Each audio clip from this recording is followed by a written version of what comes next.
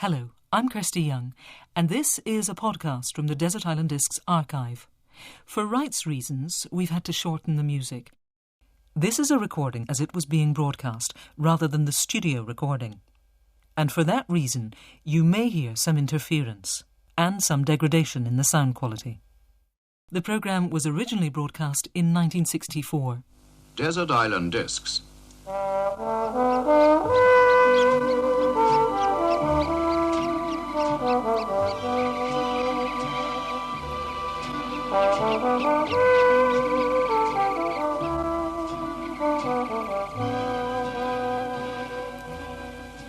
Each week, a well-known person is asked the question, if you were to be cast away alone on a desert island, which gramophone records would you choose to have with you? As usual, the castaway is introduced by Roy Plumley. How do you do, ladies and gentlemen? Our castaway this week is a well-known writer of children's books, and he's also a railway enthusiast. It's the Reverend W. Awdry. Now, Mr. Awdry, on a desert island, what would you be happiest to have got away from? The continual spate of circulars and forms which I'm expected to fill in, which come every day by post. Would you call yourself a musical person? No, not specially. I did compose some music once. Did you? Which was published in one of the books, but the publishers had grave doubts about whether it really was music. How did you set about making this list of 8 records that might have to last the rest of your life? Are you choosing for nostalgia, for inspiration, for what?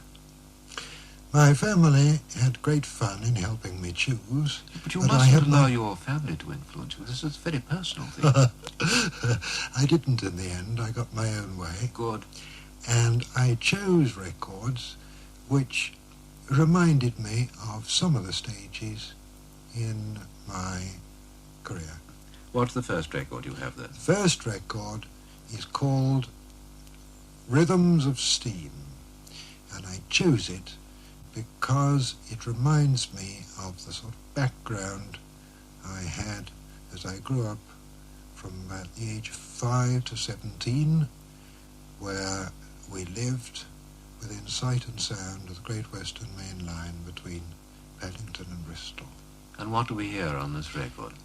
We hear a 2-cylinder engine in good condition, expertly driven, pulling a passenger train up a gradient.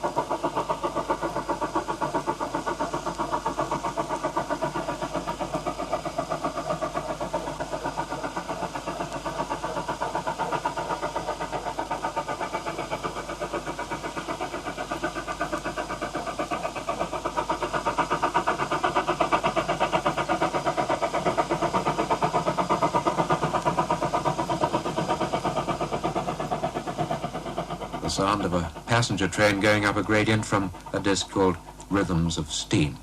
What's your second choice, Mr. Awdry? My second choice would be Mendelssohn's Elijah. Mm-hmm. Which part of it? The chorus I choose for the moment is Wail We Cry to Thee. Takes me back to my school days when, as a new boy, I was shanghaied into the school choral society by an enthusiastic music master. Some of us were rather bored with it, but we enjoyed being able to let rip in such choruses and make him tear his hair. However, he instilled it into us, and I'm very glad he did, because the Elijah has stayed with me for the rest of my life, and I constantly find myself singing snatches from it.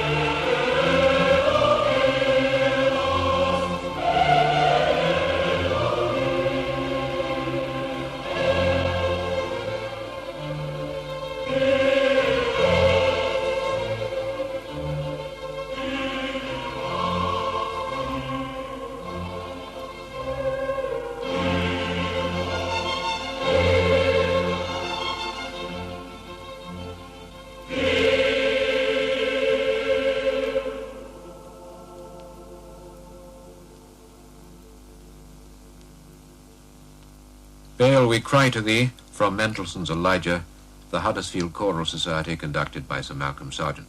Mr. Awdry, how good would you be as a castaway? Could you look after yourself on this island? I think given tools, I could manage to make myself reasonably comfortable, erect a shelter, and make furniture and so on. You wouldn't be given tools, so it would take a bit longer. Could you endure the loneliness? I should hate it. But I think, as was said of a great man, he had such great faith in God that he was never less alone than when he was alone. Could you live off the land? I'm no enthusiastic gardener, but I know a fair amount of it in theory, and I think that I should be able to grow enough for my own needs. If you could build a shelter eventually, you should be able to build some kind of craft. Now, if this craft or raft was reasonably seaworthy, would you try to escape? I certainly would, provided I knew roughly where my island was. This is information we could give you only very roughly. Let's get back to record number 3. What next? Record number 3 takes me back to my family. It's the Buggins, it's Buggins family by Mabel Constantinos and Michael Hogan. Yes. We heard them on the wireless first in the late 1920s. We bought several of their records, and I should like to play one. The Buggins' Prepare for a Party. We played them over and over and over again, and my brother and I got to know them by heart. Even after this space of time, my brother was staying with us recently. Something in the conversation sparked him off to a quotation from Grandma Unlicensed. I answered, and before we realized it, we had a performance of the whole thing. Anyway, here are the Buggins preparing for a party. What's the matter now, Grandma? I've lost me teeth. What, again? Oh, my goodness. Father, help look for her teeth while I finish getting tea. And give Alfie a rub with a towel, will you? The heat of his head's turning that butter. Now, how can I look for teeth and rub the kid's head and shave at the same time? Anyone would think I got 8 hands like an oculist. You've got 8 tongues like a garoon. Do hurry up. I'll be here in a minute. Where did you have your teeth last, Grandma? I put them on the window ledge to cool after dinner. Oh, good gracious, Father, baby's been playing with the treacle. Bring your shaving water and a towel, quick. Ah, dirty girl. Hurry up, Father, she's gormed up with treacle from head to foot. And have you found Grandma's teeth? No, of course I have. You don't leave anyone time to think. I found them, Mother. Baby's dropped them in the treacle tin. They sunk right down to the bottom. Oh, good heavens alive. Father, get them out while I wipe the treacle out of baby's hair. Oh, still, baby. The Buggins, Mabel Constantinos and Michael Hogan. Mr. Awdry, where were you born? I was born at Ampfield, near Rumsey in Hampshire. Was there a precedent in your family for the ministry? My father was a country parson. He was vicar of Ampfield. At what age did you feel that the church was your vocation? It wasn't really till I got to Oxford, What were you reading? where I read history. For the church, did you cast aside any earlier ambition? Not really, except the usual boyish ambition to be an engineer, particularly connected with railways. From Oxford, where did you go? I went to theological college for a year, and then my tutor, who had been appointed to the headmastership of St. George's School, Jerusalem, asked me to go out with him on the staff for 3 years. What was this school? It was a missionary school founded by the Anglican bishop in Jerusalem and designed to be run on public school lines. We had boys there of all ages, from kindergarten age up to 17, 18. Yes. Boys of all nationalities, Jews, Arabs, Syrians, Armenians, Greeks, almost any nationality you like to mention. I believe you met your wife in Jerusalem at this time.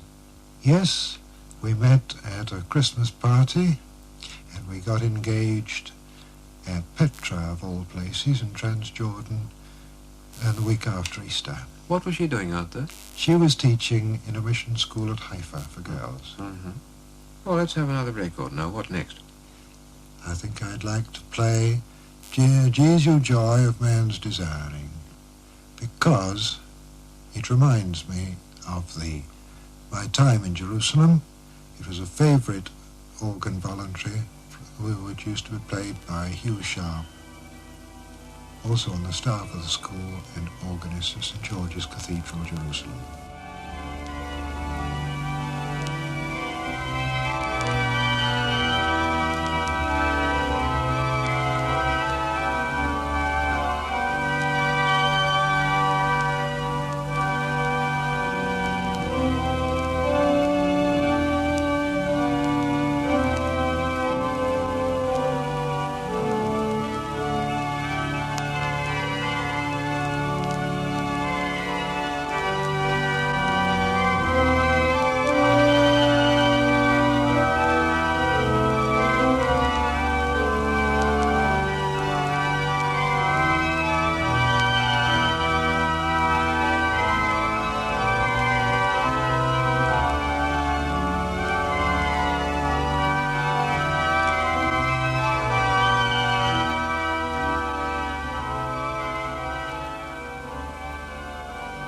Bach's Jesu Joy of Man's Desiring, an arrangement by Dr. Harvey Grace, played on the organ by D.J. Rees.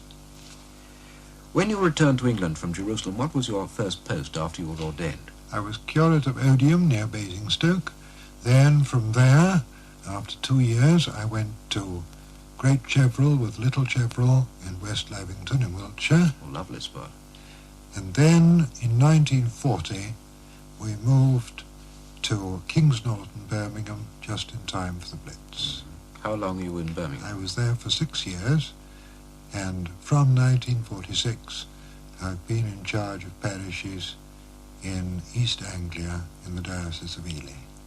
Well, that brings us up to date with your church career. Let's have your fifth record now. My fifth record takes me back to the Odium days when I joined the local operatic society and took part in the production of HMS Pinafore. The song of the First Lord of the Admiralty, sung in this case by Henry Lytton, reminds me vividly of those days. Henry Lytton is the Right Honourable Sir Joseph Porter in HMS Pinafore. Now, Mr. Awdry, you've written a score of children's books, very successful children's books. In fact, I believe that the total sales is quite enormous. The publisher says that they're getting on towards the 3 million mark. It is enormous. And they're all about railway engines with personalities. Specimen titles: Thomas the Tank Engine, Gordon the Big Engine, Percy the Small Engine. Now, railways have had this fascination for you, as you've told us, since you went to live by the main line from Paddington to Bristol. Train spotting as an organised occupation hadn't really started when you were a small child, had it? Oh, yes, it had. My father and I used to train spot. He used to spot trains with a telescope from his dressing room window, and if I was there and saw the engine and he could read the name through the telescope, we could both put it down in our box. Great Western Engine, express engines all had names. We didn't bother about the ones which had numbers only, and we collected most of the names of the available engines. And you went through the usual schoolboy phase of model railways? Yes, my brother and I had a model railway, and my father had a 2.5-inch gauge model railway in his vicarage garden before he retired in 1916. Mm-hmm. And you're still train spotting, and still, I believe, you have a model railway. Not so much train spotting, but I have got a model railway, which I showed at the Model Railway Club exhibition last Easter week. Mm. And you've explored quite a number of railways in the British Isles. Yes, railways, both running and defunct. Now, can you explain this railway fascination? To most of us, railways are rather necessary evils that chop up the landscape and provide transportation. Now, where does the romance of railways come in? The real fascination for me is that of all mechanical contrivances made by man, The steam engine is the most human. I think it was Paul Jennings in The Observer who said that an electric engine has got a worm soul. An underground train, for instance, you could cut it in half and it wouldn't mind. Steam engine, on the other hand, is an extrovert. Unless he's at rest with his fire drawn, he's always got something to say. He likes you to know how he's getting on and what he's feeling about things. And on the move, locomotives always have something to say. There's the boastful, bustling express engine hauling a train of calm female carriages who, like dutiful wives, say, "Just as you say, yes, dear, of course, just as you say, yes, dear, of course," in order to make him think that they're listening to what he's got to say. But really, one is quite sure that they're thinking about more important things, about when they're going to get a new coat of paint to replace the one of which they're thoroughly tired.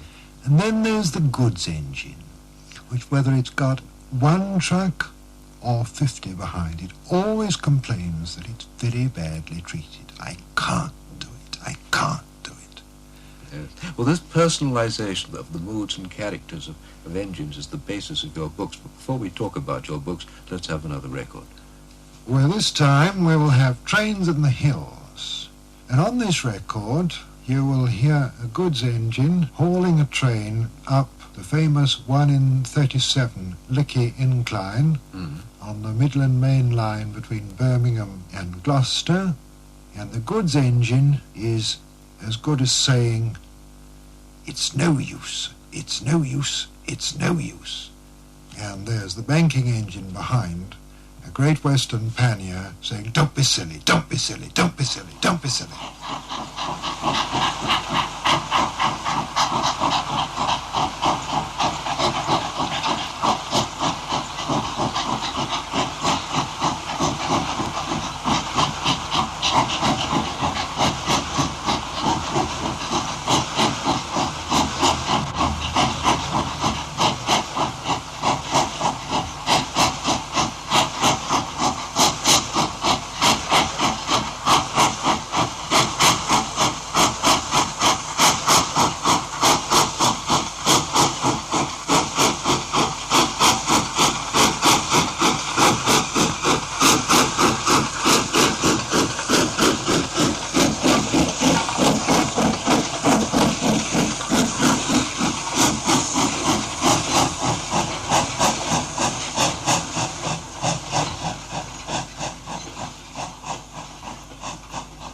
Engines on the Lickey Incline from a disc called Trains in the Hills. Now, your books, Mr. Awdry, when did you start translating your railway knowledge and railway fantasies into children's stories? When I had a son of my own, he was 3, he had measles, and he needed amusing. So I started telling him stories about engines, and he liked them, and I told him so often that the wording became fixed, so I wrote them down, illustrated them on bits of paper with stick men. I didn't think anything of them, but my wife did, and insisted that I do something about it. They were given to an agent, and he hawked them about for about a year until Edmund Ward took them, and the first book, which has, surprisingly, always sold the best, The 3 Railway Engines, came out. And so, as a memory of the start, I should like to have one of the records from this book, read by Johnny Morris, to take with me on the desert island. What's it called, the story? Edward and Gordon.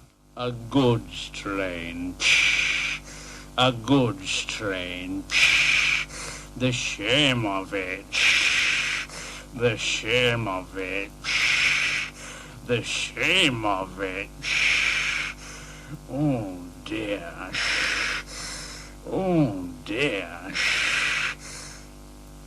He went slowly through with the trucks clattering and banging behind him. Edward laughed. and went to find some more tracks.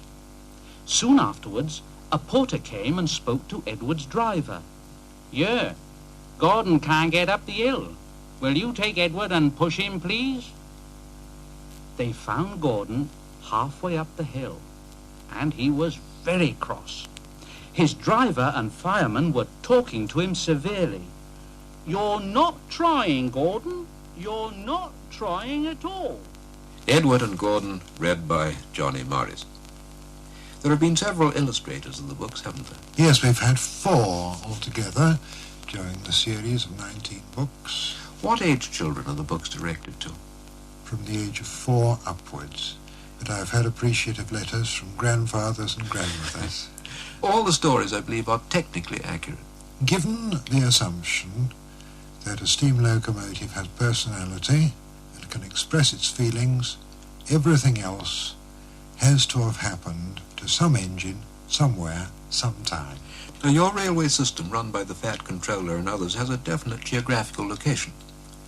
The geographical location was evolved in self-protection because I continually, after the first 4 books had been written, had letters from indignant children saying that the pictures of the same location varied from one book to another.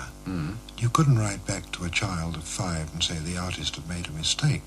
So I had to invent a story to account for the discrepancy, and life began to get a bit too short.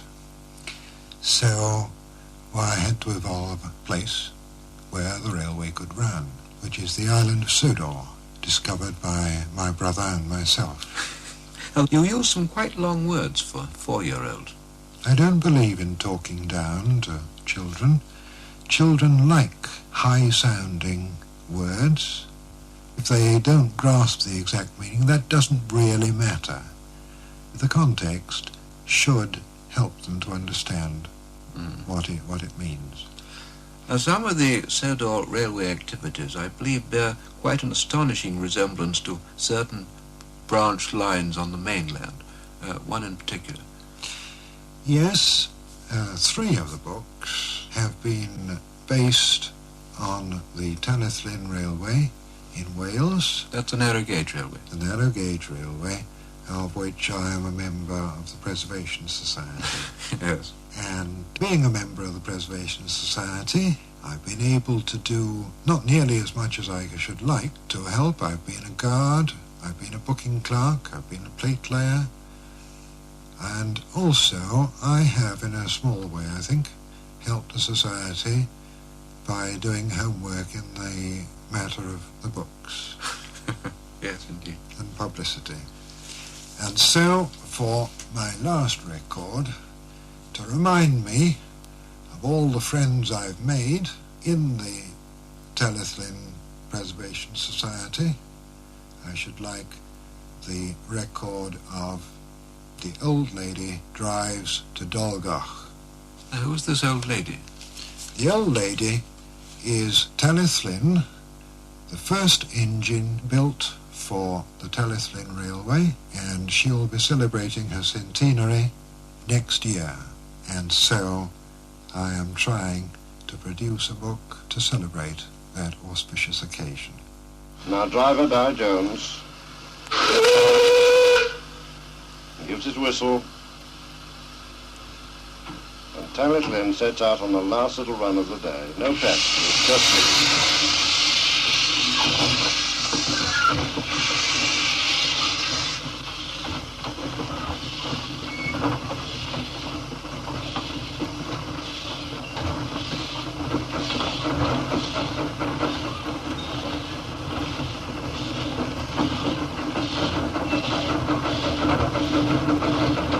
Away now from Wolf Station, under the road bridge.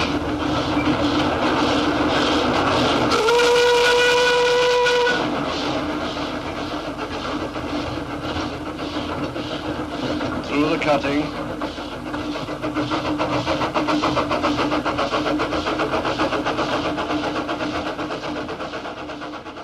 The Old Lady Drives to Dolgoch, recorded on the Talyllyn Railway. Now, if you could only have one of the 8 records you've chosen, which would it be? I think I should choose the Elijah.